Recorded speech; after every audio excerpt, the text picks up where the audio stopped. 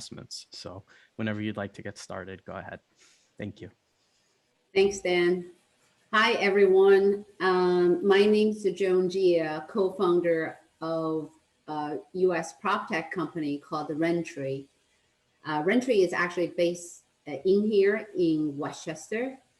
We would like to have a session to really share our knowledge and experience with all of you in terms of small multifamily home investment today. In our definition, just so that everybody understand small multifamily is, small multifamily home, what we're referring to is 2 to 50 unit and less than $10 million investment. I don't know, we'll take, I guess, a question a little bit later in terms of where you guys are, what you're interested, and so on. But this is basically a very small sector of the small multifamily home investments that we're focused on. Sally, you want to introduce yourself? Sure. I'm Sally Presidente. I am also a co-founder with Joan. I am a real estate broker. I've been in real estate for over 20 years. I've met Joan through selling multifamily. She's an investor that I work with closely. So she's very savvy in the investment aspect of multifamilies, and actually so am I. So we're here today to discuss investing in the smaller multifamily market. We'll focus in Westchester. We have our site up. Basically, multifamilies in the Westchester area are very hot in this market. It's a great avenue for gaining income at a steady pace. The rate of appreciation in Westchester is excellent. In addition to that, also the vacancy rates in Westchester are very great. So it's a slow and steady appreciation versus purchasing a single family house, which some individuals will do in place of multis. However, they're more risky due to the fact that if your tenant leaves, there's no income. So focusing more on the in our area is a lot of 2 to 4s, 2 to 6 units. You'll always have a steady income flow. If we focus in the Harrison area, since we're working with the Harrison Library today, Harrison is a very good area for multifamilies, especially today with development going on the way it is in Harrison. You have a lot of the bigger multifamily players coming in, such as Avalon, Toll Brothers. So there's always an overflow. If they are developing in the area, multifamilies are strong. Harrison is a strong market for the sense also that you have the train. It's close to the train. The commute is easy to New York City. That in any multifamily aspect, you always want to focus on the commute, the walkability scores. As long as they're high, you'll always have tenants. A lot of tenants use mass transit, the bus system. Today they use Uber also, but as long as if there's a train that runs along where the multifamilies are, you'll always have tenants in place. It's a great market. Regarding financing in multifamilies, if you look at financing for multifamily staying to the 2 to 4 units, you'll find it's easier than when you get to the 6 and over units. You'll start turning into a commercial loan. So if you focus in the 2 to 4s, it's much easier for lending purposes versus the larger units. Larger units will require certain income levels, that there's cash flow in the units, and that the bank is in line with what your cash flows are. You want to say anything about that, Joan? You just kind of experienced that situation yourself? Yeah, I would say that I definitely agree with what Sally is saying. But I do want to share one thing with you guys. Depending on your situation, if you have very strong income, basically steady income, salaries, and so on, it's very easy to get multifamily home between 2 to 4 or 2 to 5 to finance it through your income level. However, like what Sally is saying, when you get into the 6 and above, it is called a commercial loan. So whenever you're buying a small multifamily home that's a 6 unit or 10 unit and so on, you are qualified to get a commercial loan. And this commercial loan, when it's come to commercial loan, it's irrelevant of your own personal income or salary anymore. It is all about the cash flow that is going on with the building. What we call it, sometimes we call it rent roll, sometimes we call it net income. So the net income of the building itself will play a critical factor in terms of determine your loan and also the rate the commercial loan officer would give it to you as well. So just keep that in mind. Some of the folks that they probably already maximize your own income in terms of a loan. Maybe you already own your single family home or you own multiple single family home. Your regular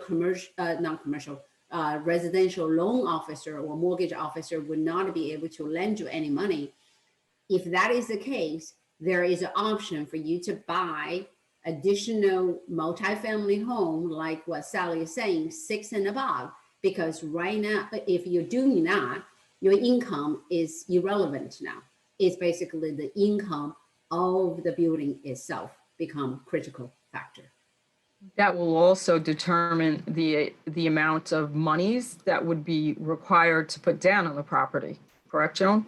Yes, correct. Yes. So when it's come to commercial loan, standard is about 30%. You're going to need to put it down instead of the traditional residential loan. You can normally do 20%, but there are people actually they'll do 10 too. Even 10% and so on. You can qualify for the loan. For that, when it's come to commercial loan, is 30% down. Yeah.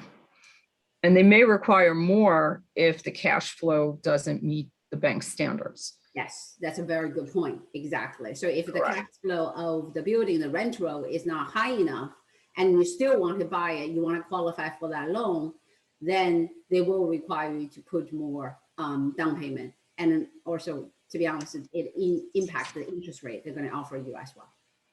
That's correct.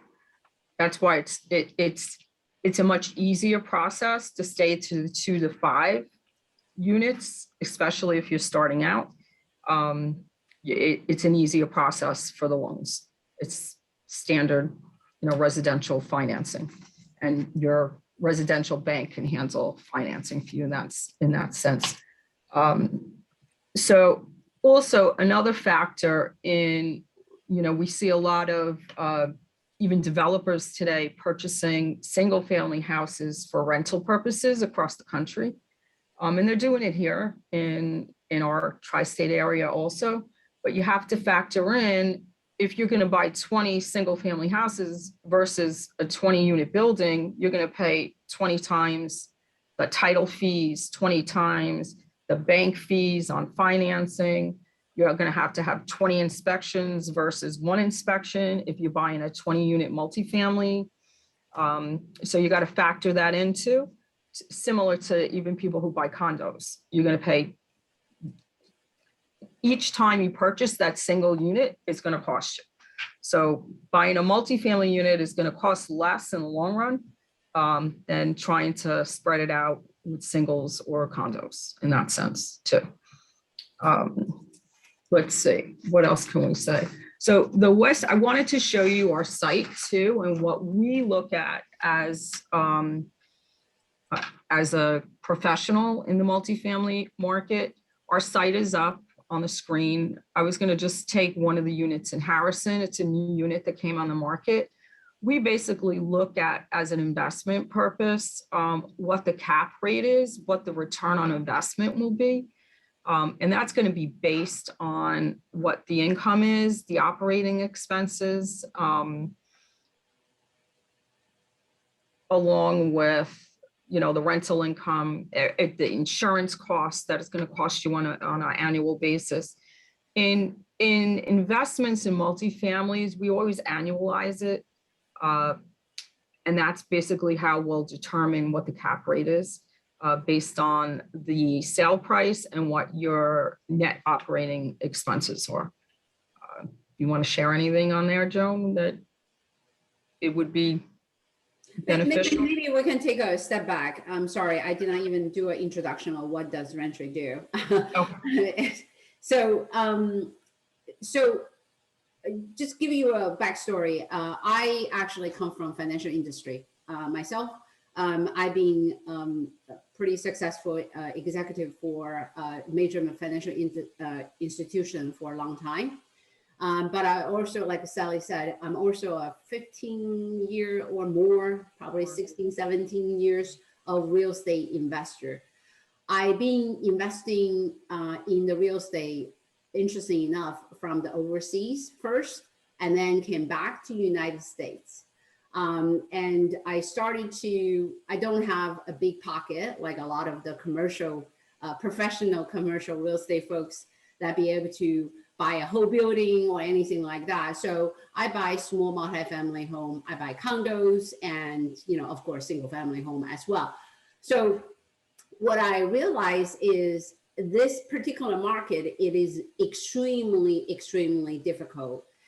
Extensive research and time is required to locate a property of interest, not only at the right time and right location. You guys all hear about location, location, location, but when it's come to investment property is also that important part of the return, which I'll come back to it. This is what Sally was talking about, the return.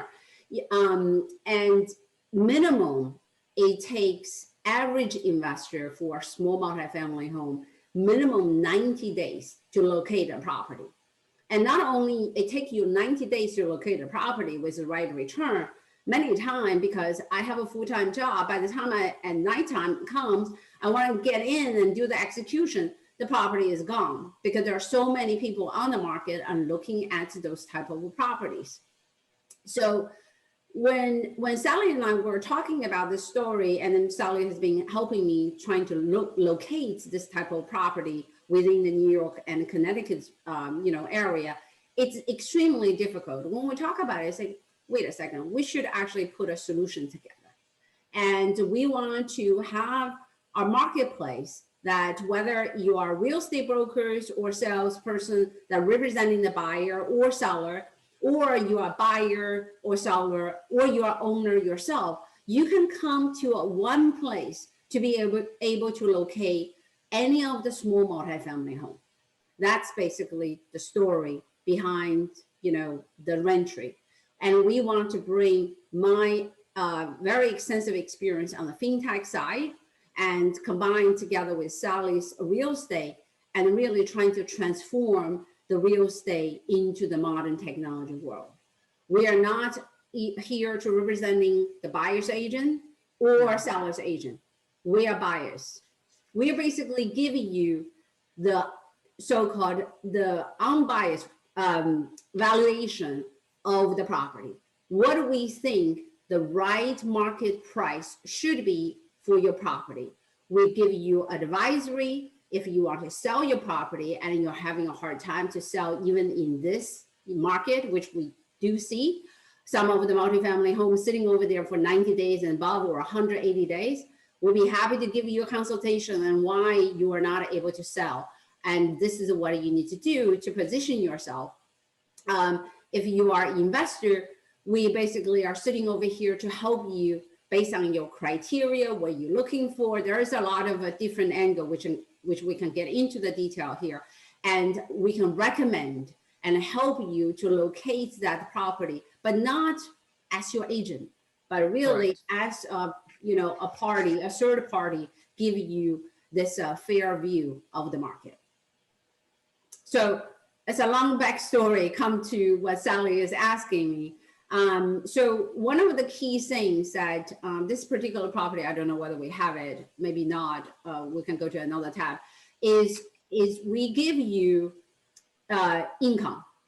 That's probably the key difference that you will see compared to Zillow Redfin or any of the other marketplaces out there, even actually compared to the commercial marketplaces like LoopNet, you will see our income, which I want to wait for Sally to bring it up. Yeah, I'm going to pull up one I think that we do. Yeah, this is a good example. Okay, so if you go down to the tab, to the income tab, right there, income tab. No, right there. I got it. I'm just, Yeah. my mouse is Thing is a little giving bit- me, my mouse is giving me problems. So Okay. when we say income, what we are referring to is we are telling you what the rent roll is if the agent or the owner actually report that, which is actual income to the right-hand side. But more importantly, we give you the estimated rent roll. So this estimated rent roll is based on the data and the machine learning, or we call it artificial intelligence algorithm that we have. This is basically based on the location you're in and the square footage this house is, which year is built, some other criteria, whatever the building characteristic is. And we know whether it's a 3-bedroom, in this case, this is 3-bedroom and 2.5 bath, and the unit 2 is 2-bedroom, 2 bath. We tell you what is our view of the current rent roll would be, and which is a lot more credible because a lot of the time you're facing the people that probably sitting over there renting from you for 10 years. You have not really increased the price or catching up with the market, or a lot of the time the owner would not disclose that rental income either. Correct. And especially in the 2 to 5 market, right? It's not. Or it's family occupied, Joan, right? Yeah, Family too. Yeah, some of them are family occupied. So you really, as an investment perspective, you do want to know what is your rent roll is. So very important, we give you that estimated rent roll based on our artificial intelligence algorithm with all this information, property, neighborhood, and everything. We'll show you the neighborhood in a second. But if you go back up, that's where we calculate the total estimated total income in the middle section, gross income, and also the net operating income. So net operating income, very simple way to describe that is basically your entire income for the year minus the expenses. I was just actually looking at a property in Greenwich this morning. One of the important things we're asking is, okay, what is your insurance cost for this building? What is your utility cost for this building? What is, of course, the tax, right? That's another thing. So all of those we blended into the consideration. When we actually have that estimated expense, we also estimate based on the neighborhood, the size of the properties, and so on. And you can enter in yourself as well by doing that, added your own analysis criteria. Then we calculate the proper net operating income. This is your net cash flow coming into your pocket on the yearly, well, yeah, on the annual basis. And you take that and translate into the cap rate. I don't know whether, Sally, you want me to get into more detail. Maybe we'll leave that as a question for later. Yeah, I think so. So the community information is very important when it comes to multifamily. Again, it's the walkability scores. How easy is it for the tenants to get to and from to work on a daily basis? Because a lot of tenants, again, are going to use mass transit. We're able to determine crime rates. Crime rates are very important also. Who wants to live in an area that has high crime? That's going to affect your investment. So when you're purchasing a multifamily, those are important criteria to also look at. What the median household incomes are in the neighborhood. And one of the main things are vacancy rates again. You know, if it's a high vacancy rate, then maybe it's not an area that you want to purchase a multifamily. There's got to be a reason why.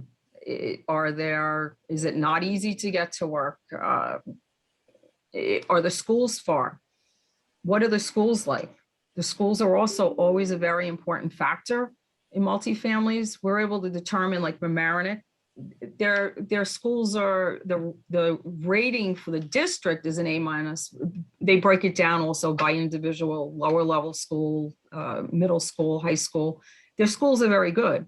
So people want to be in an area that they can send their children to school and not worry about it based on crime and walkability also. Those are really important factors. How long is it going to take for people to get to work? Are they going to Manhattan to work? Are they working from home today? Those are also strong factors. You know, a lot of my clients that are buying and selling, they may not have to go to Manhattan to work, but they want the capability to be able to go to the train. That's really a huge factor when you're purchasing investment properties for the tenants. Sally, probably So worthwhile to mention about the flood as well. flood zone is going to impact, like Joan just went into what the costs are and the NOI. You know, when insurance could be, you know, $1,200 a year, or it's usually $1,000 per unit, give or take, an average. But now you're in a flood zone, that's going to impact your insurance costs, and that's also going to impact, will you get insurance? You know, it's going And to cost. also your resale value down the And road. resale is tough. There's a lot of areas after that last big storm, Irma, that are still recovering. I've gone into multifamilies in Stanford in the last several months where they're gutting basements. They lost their tenants. They have no income on the first and second, on the lower level and the first floors. You know, they lost a lot of money. Insurance sometimes pays. It depends if they have FEMA, they're in a FEMA zone or not. So it's a big impact today, flood zones. Me personally, I'd stay away from investment properties, even in single families. It's too dangerous. The climate's changing and you're seeing more and more floods. So stay away probably from. just on that, Sally, if you score it up a little bit, no, down, sorry. Down. Down. The flood zone is right there. So this Right. particular one, just to give you guys a, you know, little idea. I think Sally put a Mamaroneck property. AE, when it's come to flood zone AE, you will see the description, but I know it by heart. This is a high flood zone area. Yes. So again, there is a reason for this property has been sitting on the market for a while. And Yes. I hope the owner is not listening to me right now, but there is some challenges with the flood zone with this particular property. It's a great location. It's got a lot of positives, but the flood zone is what's hurting it from selling at this point, for sure. So what we do also is try to focus on, and we're using Mamaroneck. That's actually the house that we use. We'll do a market snapshot. We'll analyze what are the better areas, what are selling. We'll focus on, we know this first property, the problem is it's got great cash flow. The cap rate is excellent. It looks like a great investment. However, it's the flood zone that's hurting it from selling. You know, everything will sell at the right price. But at a 749 for that multifamily, it's not going to work. It's not a good investment for sure. This was another unit in Mamaroneck. You know, Hall Street is a good area too. The cash on cash and the cap rates are lower because the list price is higher. So you'll see that if the list price is high and all the estimated gross is at a normal rate and the expenses are, we'll estimate probably what the average is, the house is basically overpriced. So we're able to determine that too. And that it's been on the market 35 days. In this market, the multifamilies don't last a week. Joan could tell you as an investor herself and as a broker looking for them continuously, any property that has good value and good income and a good location is not going to last 35 days. So I think the key is you got to price it right. Exactly. And that's what our platform does it for you. Of course, not the price you see it. Right now is behind the scene. So some of the real estate agent would actually call us and then ask us what the fair price would be. then we would actually offer the consultation for them. Eventually, those the machine algorithm actually produce the we call it AVM. So basically, the market price of the property will actually make it available to all of you down the road. So the other thing with multifamilies is maintaining the multifamilies. So when you're a small multifamily owner, a lot of people will self-manage the multifamilies on their own. If you have 1, 2, 3, 2 units to 4 units. But when you start hitting, now you're developing a portfolio of multifamily properties, such as Joan has done through the years, you start looking that your investment probably makes more sense to hire a property manager. Property managers will basically base their fees on your monthly or annual income of what you're netting from those properties. It will help you grow your portfolio because you don't have to have your hands on those properties. If a tenant calls and the toilet's overflowing or the roof is leaking, they'll be able to handle those problems for you. But that's when you get to the point where you have enough in your portfolio that you're able to say, now it's time to move on to a property manager. And especially if you're also purchasing multifamilies outside of your area, maybe if you live in Westchester, it's easier to manage. But if now you're purchasing in Connecticut or New Jersey, it's going to be more of a headache for you versus having a property manager handle that for you. They'll also screen your tenants for you. They'll do background checks. They'll collect your rent. They'll handle evictions if they can in certain areas. You really don't want to have to go through that, but it does happen, on occasions. And they'll maintain the property so that it stays up to speed. So that's a big positive also. You agree, Joan? Property managers, when you get to the point where you have a large enough portfolio. I agree with you 100%. And I will also say, as a seasoned investor myself, I think this is where I definitely see some people are hesitating getting into the investment of the property themselves because they are afraid of, or the worry about, oh, I'm not handy. What am I going to do with this? And so on. I personally enjoy having property manager. Any of the property, even, I have some condos actually in Florida. It's a headache. Even condo is a headache. I have the water is leaking out of the refrigerator just last week. I don't want to deal with it. The property managers this is their job. They do a fantastic job.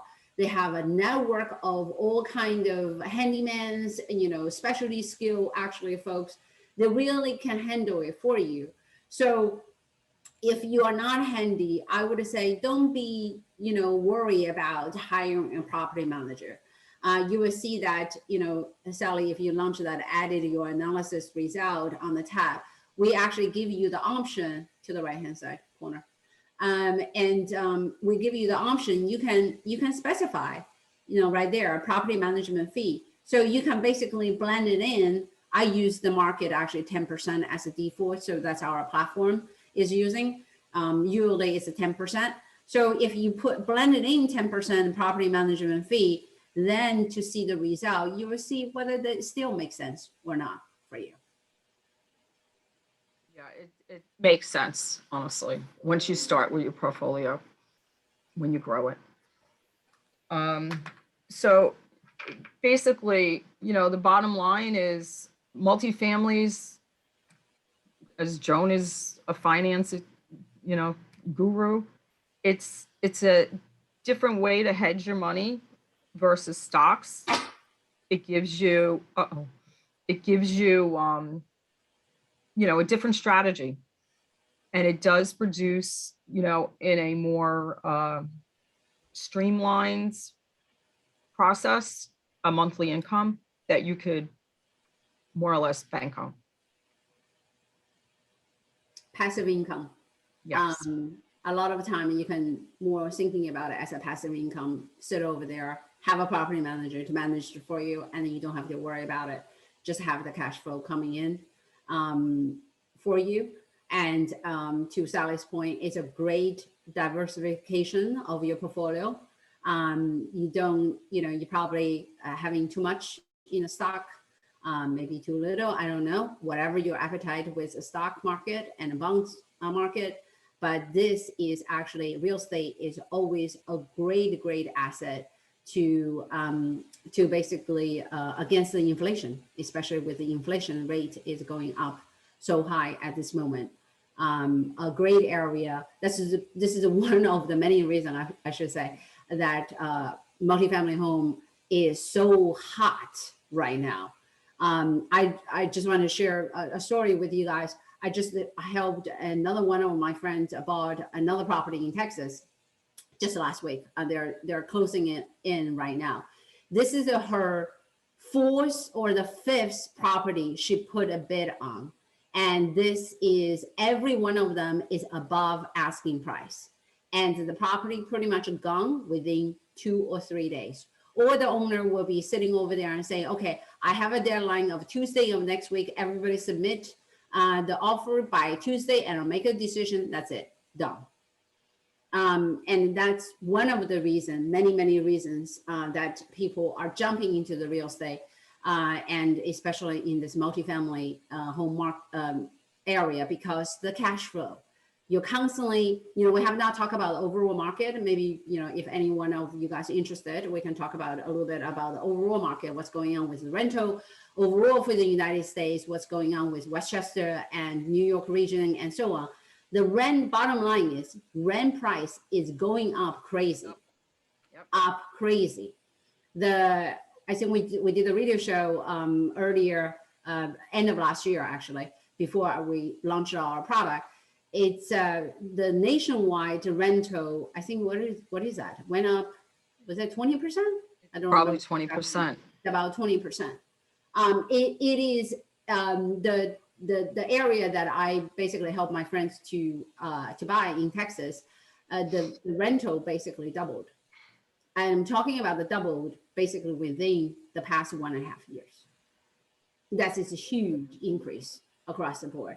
So this is why the rental estimate is also, going back to what we were talking about earlier, is so important. It's very important. And that is also the reason with that cash flow, that's how, why it is such a strong instrument against inflation. Just analyze the property in the Bronx in the Morris Park area. And I pulled up the rentals, and even from what we calculated, it increased. It increased within months. So in that area of the Bronx, it's an easy commute. There's subways like within blocks, very close to all the properties. It's walkability. And a lot of the single family buyers are being beat out of the market. So they need rentals, and they're going into rentals now. And after COVID, they're willing to pay prices. I mean, everybody kind of stayed home or went back home with their family during that time. Now they're all kind of going back out there. So the rental market is very, very strong right now. Yeah. And even Manhattan, which is, they were dying there. The rentals in Manhattan are crazy. And Florida. I spoke to somebody yesterday that was doing a rental in Florida down in Miami. He had to give them 6 months rent up front to get the rental. So, and he paid a premium way over the price. So, absolutely. Yeah, so that's a good indicator that the multifamily market is strong. I believe it's going to just continue. The national vacancy rate right now for the entire United States is 6.2%, right? So, if you keep that figure in your head and you look at all the different neighborhood and what's their vacancy rate, you'll get an idea how good or how bad it is. And bear in mind, those vacancy rates are based on the calculation for the past 1 year. As what Sally is saying, the more we move into this year, any of the decent actually rental, they disappear from the market, just like that. Too many people are going, and then because the price of purchasing is so high, and to Sally's point, a lot of people are not able to buy the house. The inventory is way too low. So that's basically resulting the rental is keep on going up and up as well. And it probably worthwhile, I mentioned, Sally, if you go back to the Mamaroneck multifamily home, that page, no, the summary tab you have. Summary tab. No, the summary, the tab, the write-up, the Oh, the multi-fam, I got it. Yeah, so if you scroll down, we actually give you a summary of the entire neighborhood as well. So this is a particular one that we did for Mamaroneck. We give you the home statistic from the multifamily or small multifamily home perspective. And then we also actually tells you what Mamaroneck neighborhood is like. So give you a write-up. If you should, I put it our website on the chat. Just go and sign up. It's all free. We're not charging anything. We're still in the beta testing ourselves. But you will receive all this type of letters. I think every 2 weeks, right? Yeah, we do a snapshot on a neighborhood it's probably every 2 weeks. Yeah. So this past week we did that area in the Bronx, Morris Park, Mamaroneck. We've done I don't know, Bronx, Brooklyn, I think. We did an area in Brooklyn recently also. That was a very hot market. Again, it's the commute and the walkability in these neighborhoods. They're urban, but that's what people are looking for today too. So, and that's Harrison. Harrison is starting to become that little urban area where you can walk to everything. They're developing all along that train station. And when you see that development going on, it trickles down into the whole market. So the multifamily market is very strong at this moment. Maybe we'll do Harrison. Yeah, probably. After. Yeah, that would be good. We can do a snapshot on Harrison. So is there anything that Joan or I can answer, questions or any topics maybe in the future you'd like to hear about in the multifamily market? I do have a question in the chat here. I don't know if this got answered. As a real estate investor yourself, how much cash on cash return do you look for when purchasing? Okay, good question. I normally would look at cash on cash 10% and above. Ideally would be great to be 15%. But again, because the market is so hot, so I have to sacrifice a little bit on the cash on cash. And the reason I can do that is because I will consider the potential a lot more upside on the rental as well as the upside on the property appreciation itself.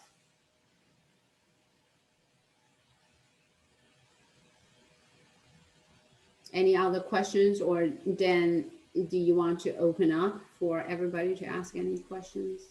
Sure. If anyone would like to ask a question, feel free to put it in the chat. You can also unmute yourself if you'd like to ask the question. I have another one here. Do you think cap rates are needed for properties under 5+ units? Yes, I do. Absolutely do.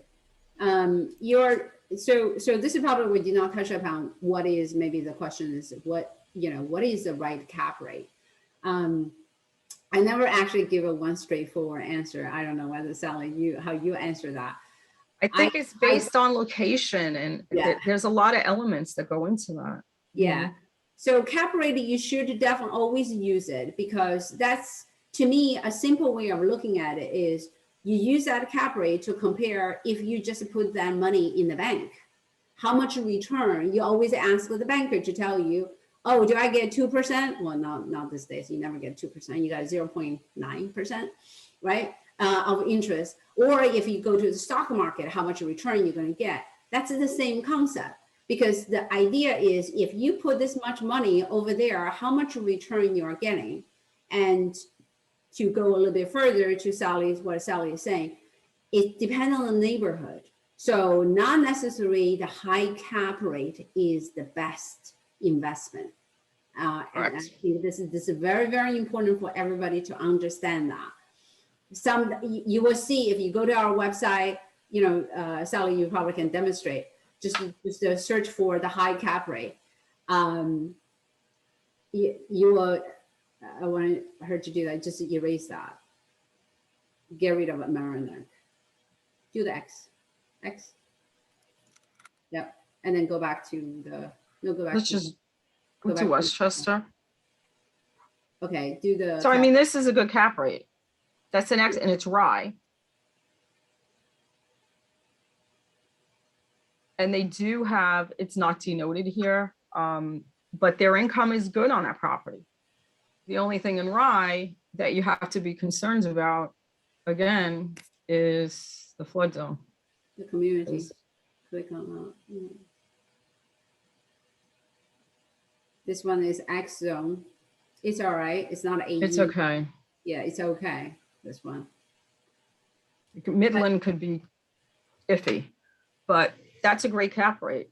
There, sometimes you'll see too, if you're a user and you're living in the multi, they don't really look, the buyers don't look at cap rates, but they really should.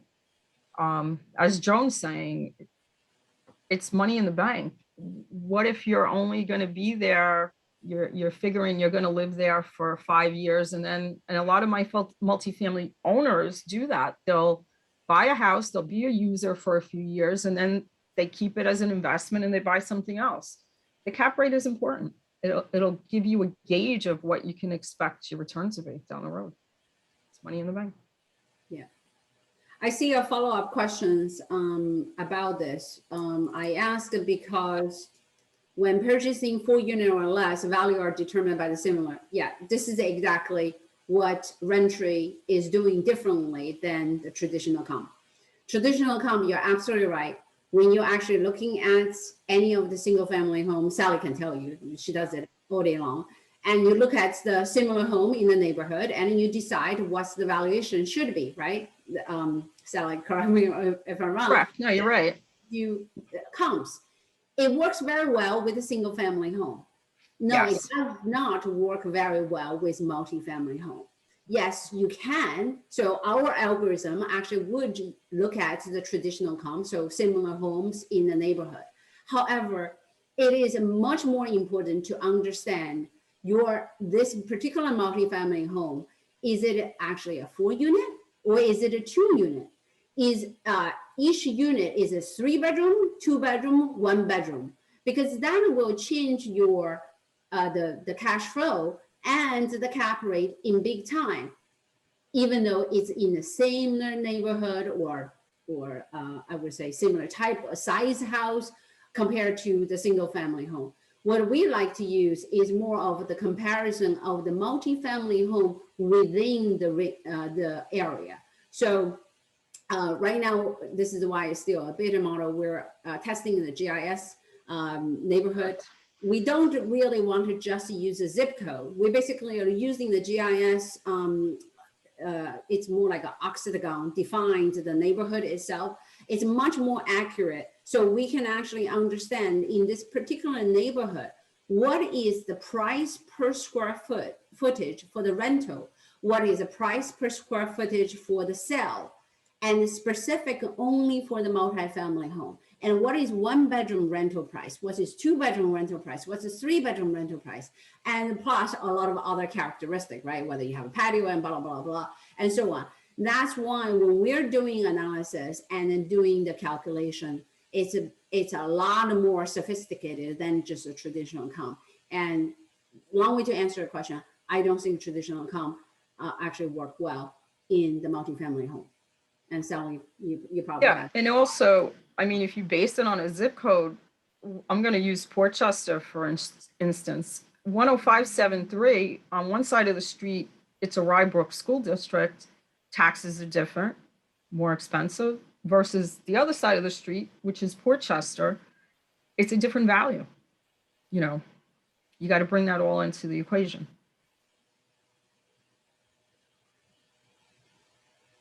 Any other questions?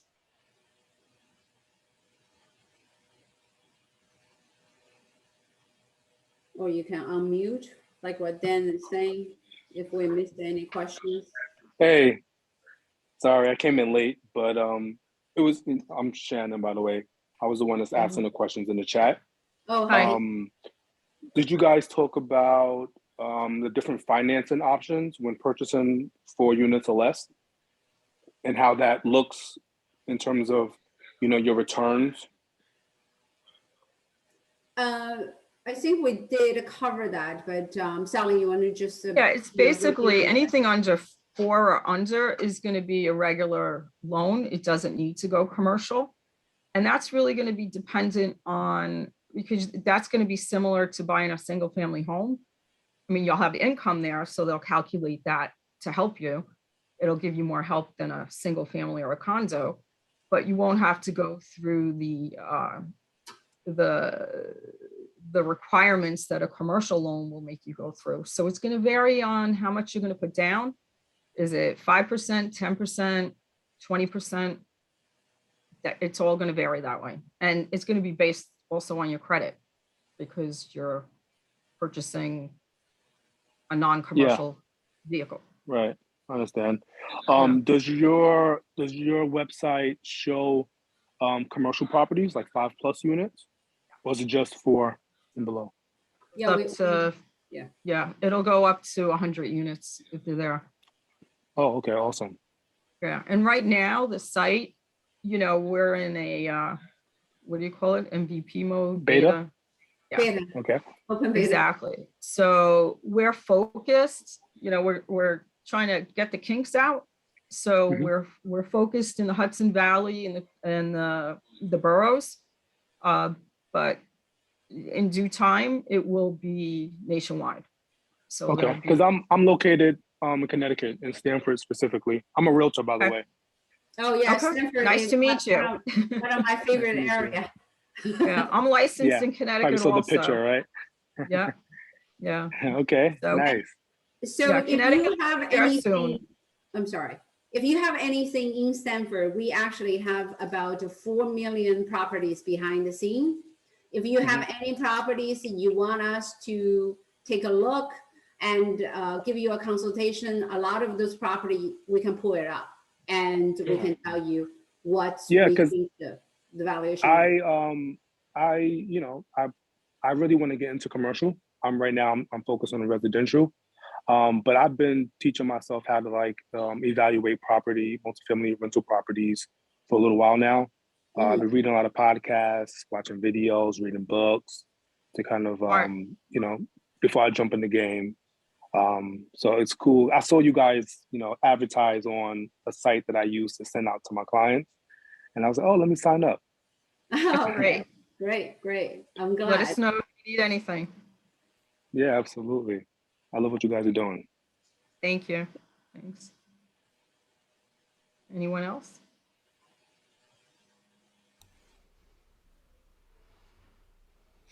All right.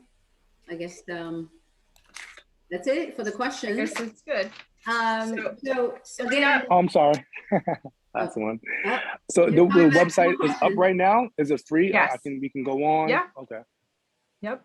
It's I'll check it out. rentryinc.com. It's just register. It's free. It's You free. could, analyze the properties there. Once you sign up, then we'll send you the market snapshots and any information that's going on with the site. Oh, I guess I have another question. How would you guys differ from the other websites that kind of, advertise these listings as well, like LoopNet, for example? Joan.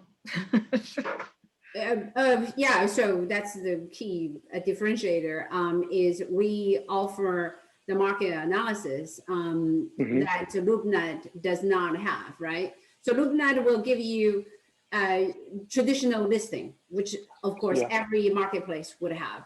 What we have is we have I don't know whether you saw it or not, we actually have the actual rent roll and as well as more importantly, the estimated rent roll.